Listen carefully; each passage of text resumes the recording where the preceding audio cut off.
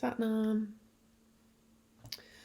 Okay, the second section of Business of Yoga and what's next. Final at-home module. Live Lightly 500-hour contemplative training. So on module 1 or video 1, I really went through the landscape of commercial yoga, market standard, just really how the ins and outs of the industry work, ways that you can be creative within the industry, and things that you might want to know right out of the gate that took me years to figure out. Okay, so I have a list of questions in front of me that came through via email, and I really appreciate you sending those through because then I can address directly your questions about the business of yoga and the back end of how to make something like this work.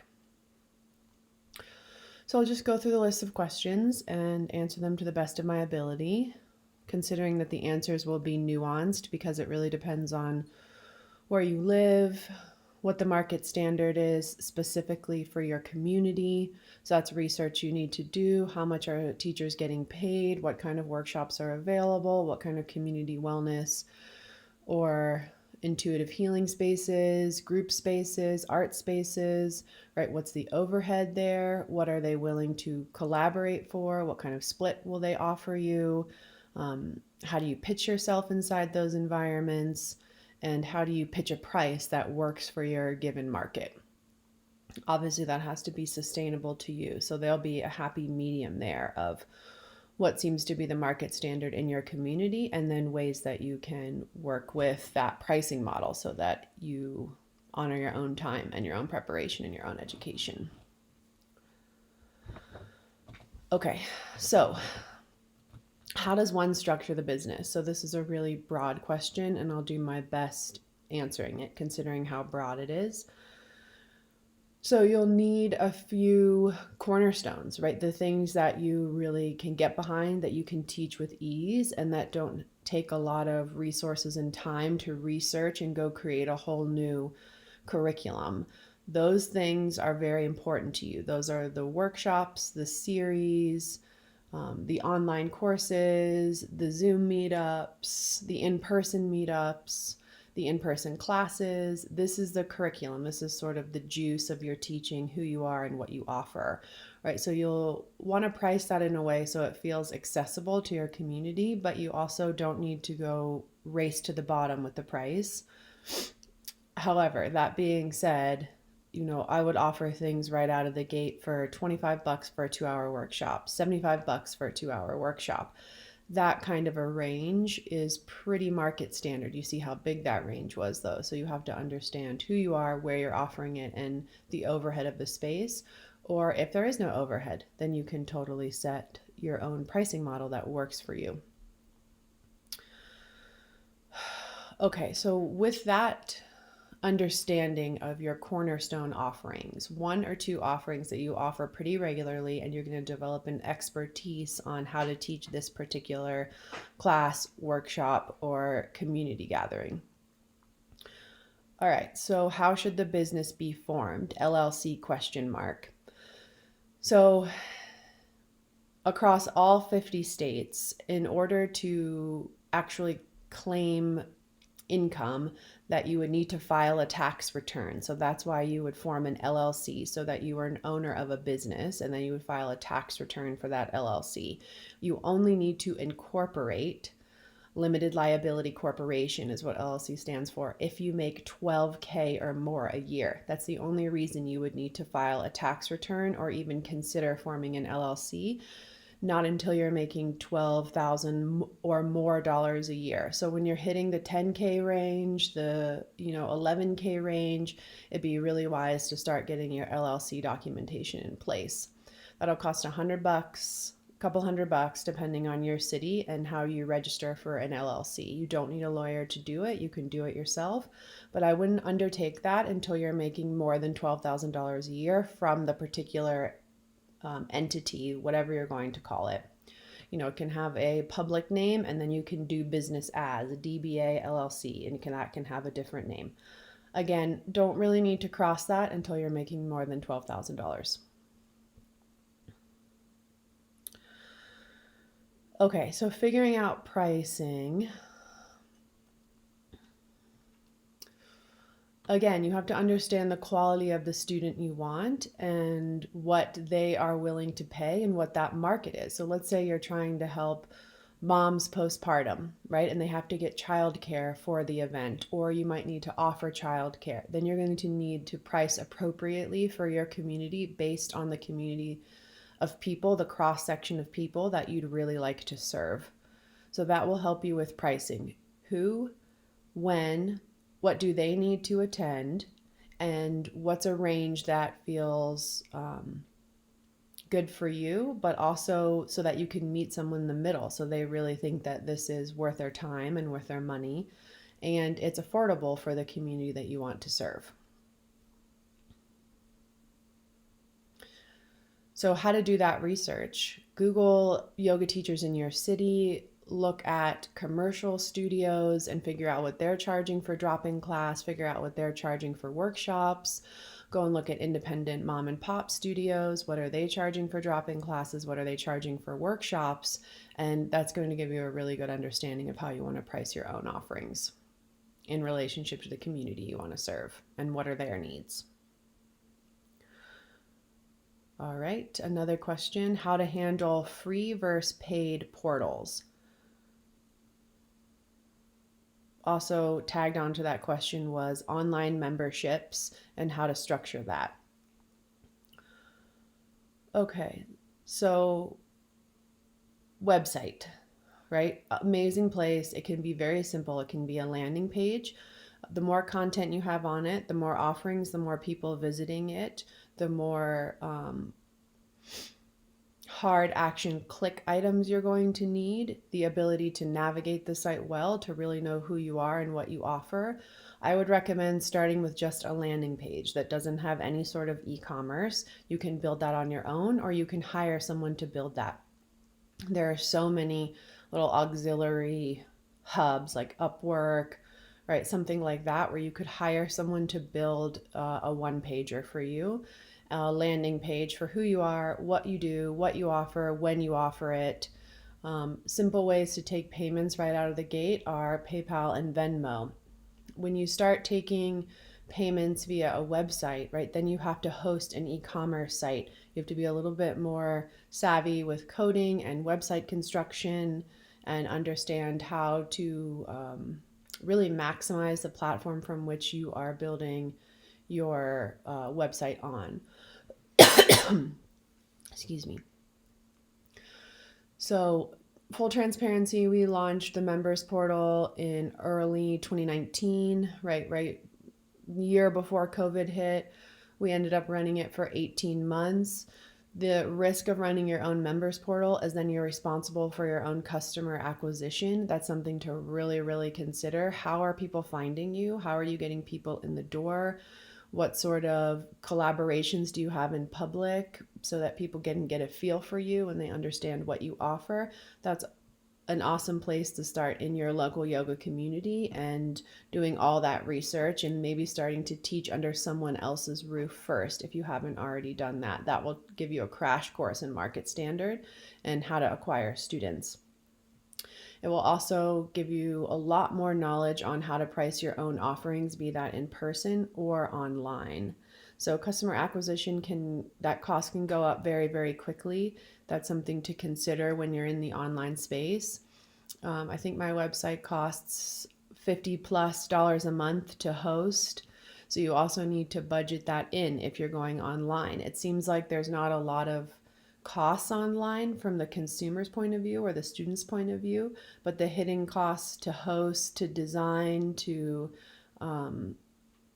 add different coding, hire someone to help you with marketing, all of those things start to come into play when you're in the virtual space. So you'll really need to exhaust the hidden costs in order to put something in the virtual space. Obviously, you could do Zoom, which is what a lot of people did, because then you just have to do a sort of Zoom account, right? And I think it's something like $8 a month or something like that if you host like the massive mega Zoom room. However, that might be a lower ticket item cost because there isn't any content, special design features, downloadable PDFs. There's copyright infringement, perhaps, if music's playing over that. right? So there's all these things to consider of what kind of platform holds the quality of work that you want to put out into the world, and then how do you price the quality of work based on the rest of the market. Okay, how to handle free versus paid portals. Okay, so there's a lot of online memberships, websites, YouTubes, teachers, where it looks free to the viewer, right? But generally, what that host, that teacher is doing is they're monetizing their content on the back end, because YouTube, per se, will give you clicks, right? Will pay you per click of 10,000 views plus. Right now, 10,000 views is a lot. So you have to be really aware of, okay, do I need to create a closed loop circuit considering how much access I have to community members, or do I have enough social views? Do I have enough metrics to start to monetize the back end where it actually becomes free to the user? That's all built into your long-term business model. I don't think answering those questions right out of this training is even a real possibility. I think there's a lot of research to do on what market standard looks like for you and your community, your yoga community, your wellness community, your spirituality community, creativity community, and then what are those spaces, like the Venn diagram of online and in person, and what does that market standard look like? Okay, Patreon question mark. I don't know anything about Patreon. I haven't explored it. I've obviously Googled it and looked it up. I don't like the design interface, so I don't use it. Therefore, I don't know anything about it. Okay, social media. A lot of people outsource their social media. Not everyone, right? Sometimes you might have an assistant or a social media manager. At the very least, some type of content creator that's helping you with templates, right? These are all things to consider in the long run. You can always start simple. I run all of our social. That's something that I enjoy doing. It's a great portal for us. I treat it like a virtual altar. I try to make things as simple as I can. I've also taught myself a lot of design skills along the way, so I don't have to outsource that. But a lot of people don't love to do that. They don't want to be the teacher and the marketer. And obviously, those lines can get really blurred. That depends on the budget that you have and what you're willing to dedicate in your budget towards making that the social media, which is a free customer acquisitions portal, important to you. So, free for the user, not free for the person posting the content, right? Cost of time, cost of putting together the content itself, how much research and how much of you is in that, right? That cost needs to be accounted for.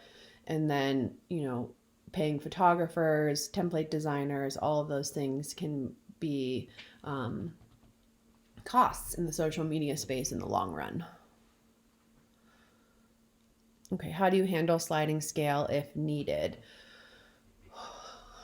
So I have a lot of experience in this space. I changed one of the Yoga Home studios. So Yoga Home was 3 different studios in 3 different socioeconomic communities and brackets in suburbs of Cincinnati. One of which was like a much more sort of urban downtown area, and I tried to transition that location into sliding scale, all donation, cash only business. And sometimes the sliding scale, if it's put in public, can really get abused, and people that could pay $20 for a class end up paying $5 for a class. Right. So I think the sliding scale is great if the investment for you, so time, resources, and hidden costs, if that is low, right, then a sliding scale feels really, really appropriate. The more expensive the offering, you can always offer payment plans, right? And that also gets very tricky in the long run because it reduces the security for you as the person who is structuring the payments. And it increases the ability that people will drop out, right, given the sliding scale or the payment plan. So those are all things to really consider right out of the gate. Maybe it's just a solid flat fee, and you really start working with a budget around that solid flat fee. Over time, right, there might be a lot more dynamic understanding of your budget, your time invested, and the hidden costs of what it took to actually put that program together. Then maybe you start looking at sliding scale. If it's like an online Zoom talk and the investment is very low, then maybe sliding scale is really applicable there. That could make sense. Okay, and then the last question that came through via email yesterday is moving from teaching drop-in classes to teaching workshops and to traveling and teaching workshops at different studios and really sort of getting out of the drop-in model. Okay, first and foremost, you need a one-pager, which is basically your who you are, what you're all about, like your own PR document. Has your bio, has your photo, has previous workshops you've taught, can show a little bit of attendance of workshops that you've taught. And you can count some of your drop-in classes from other studios that you've taught, especially if you were teaching 60-minute to 90-minute classes, right?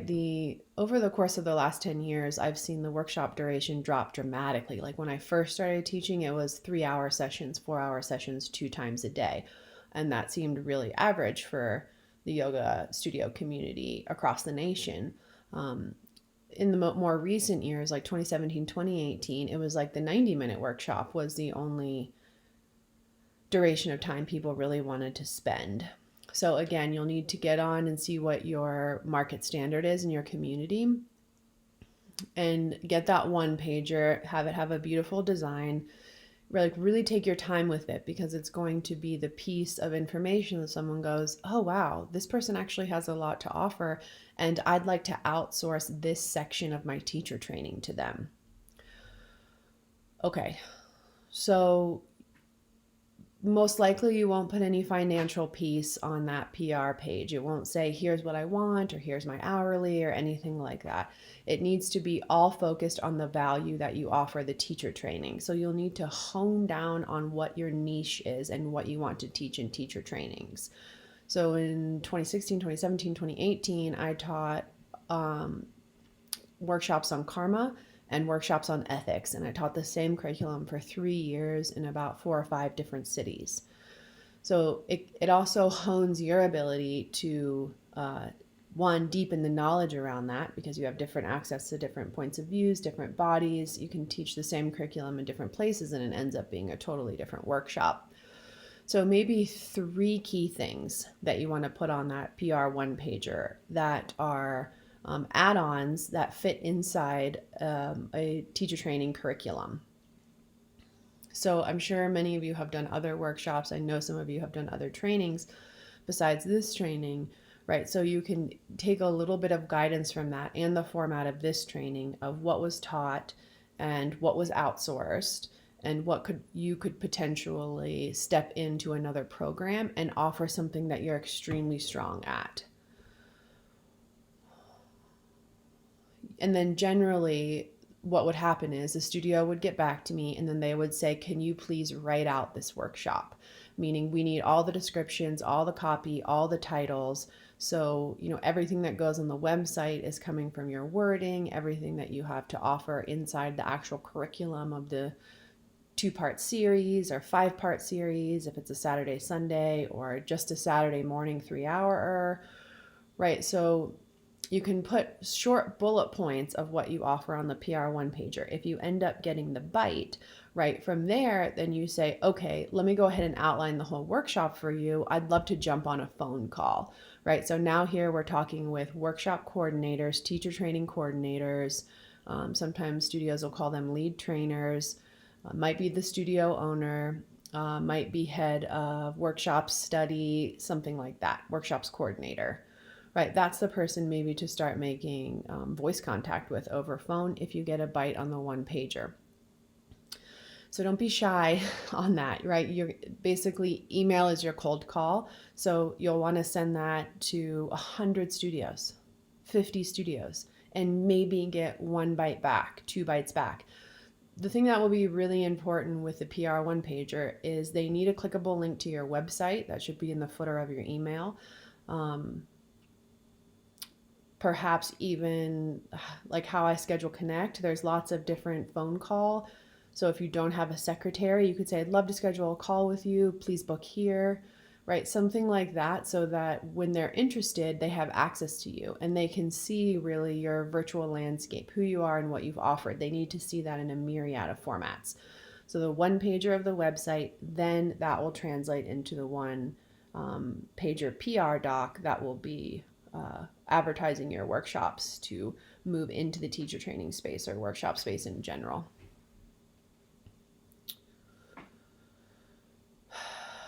And lastly, for that, usually studios have minimums, meaning they won't book you if you can't bring in 10, 15, 25, 35 students on your own.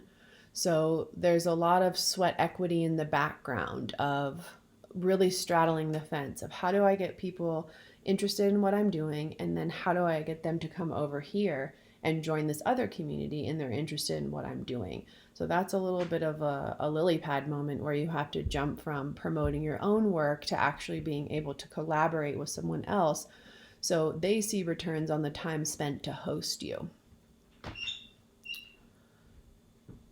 Okay, I think that's everything.